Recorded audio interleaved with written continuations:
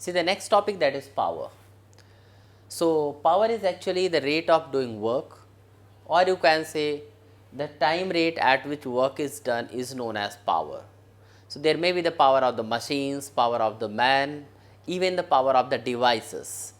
So, power is equal to, we can write, work done upon time. So, rate of doing work or the time rate at which work is done is known as power. So, power is equal to, we can write work done, we can write F dot S, here this T. So, this can be written velocity. So, power is equal to F dot velocity. So, this is the power. Power is also a scalar quantity because it is here the dot product of the force and velocity. Now, we can take that is instantaneous power also, and here if you are taking the work done is in joule. So, we can write, if you take work is in joule, so you can write 1 joule upon 1 second, and this is called 1 watt.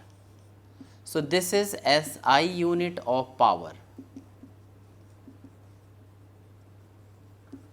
But there are many units, not only this, 1 watt is 1 joule up per second. We can also write 1 kilowatt, that is 10 raised to power 3 watts. Then you can write 1 megawatts, that is 10 raised to power 6 watts, and 1 horsepower also, that is HPUs, that is equal to 746 watts. So, these are the different units which are used for measuring power.